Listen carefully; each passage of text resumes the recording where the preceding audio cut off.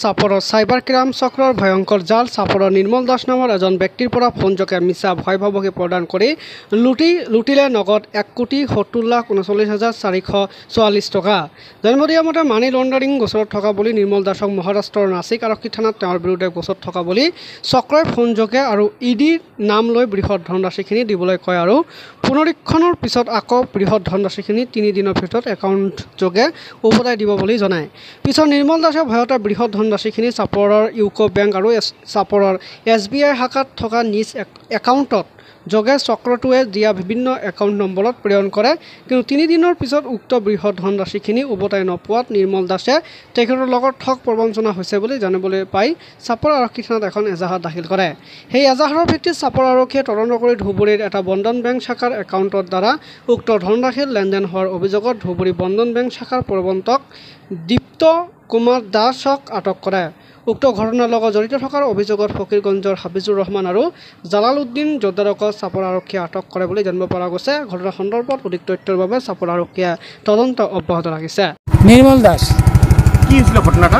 ঘটনাটা money laundering case আমার উপরে এসেছিল, হ্যাঁ, সুপ্রিম কোর্টের থেকে।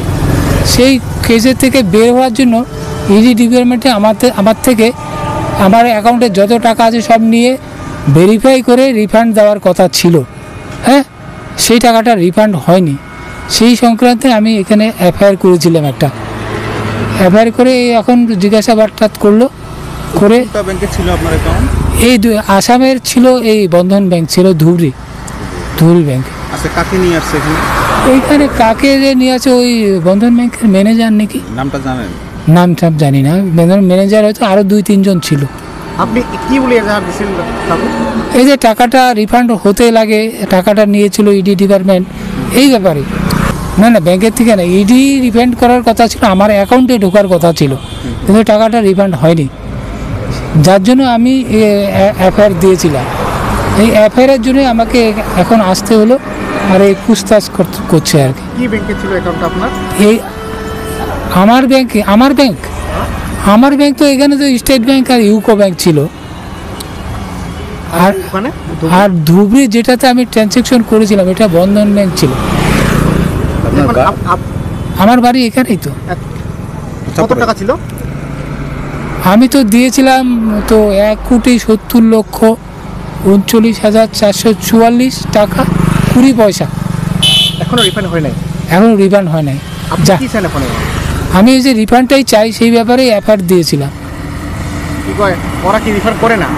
না, ওরা রিফান্ড করার 3 দিনে রিফান্ড করার কথা ছিল ইডি ডিপার্টমেন্ট, কিন্তু সেই টাকাটা রিফান্ড না হওয়ার জন্যই আমি এখানে এফআইআর দিয়েছি। মানে কি কে রিফান্ড করা বলে বলেছিল আপনার? আর ইডি ডিপার্টমেন্টই রিফান্ড করবে বলেছিল, হ্যাঁ, সব মেসেজ টেসেজ আছে।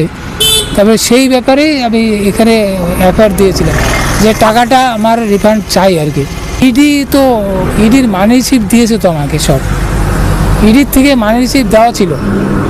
এখন সত্যি মিথ্যা তো এখন তো সবাই ফ্রডের লাইনেই আছে, এখন এতটা আর আমি বলতে। ফিজিক্যালি কোনো লোক এসে বলে না? না না না, ফিজিক্যালি কেউ।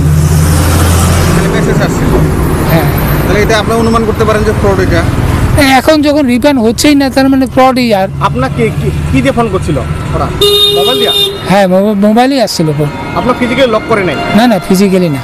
আমার নামে নাসিক পুলিশ স্টেশনে অনেক এফআইআর পড়েছিল আমার নামে, মালিন্ডি কেসের ব্যাপারে আমার নামে পড়েছে।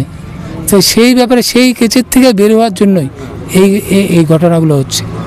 প্রায়োরিটি ইনভেস্টিগেশন করে আমার থেকে টাকা নেবে, টাকা নিয়ে ভেরিফাই করে টাকাগুলো দেবে, ফেরত দেবে, 3 দিনের মধ্যে দেবে, কিন্তু সেই টাকাটা রিফান্ড হয়নি। মানে ভুয়া ইডি আপনার পয়সা? না, ভুয়া ইডি হোক আর যেই হোক, টাকাটা রিফান্ড হয় নাই। ইডি ছিল নাম, হ্যাঁ, আর সেই ব্যাপারে এখানে আসে, আর তো কিছু নাই হবে।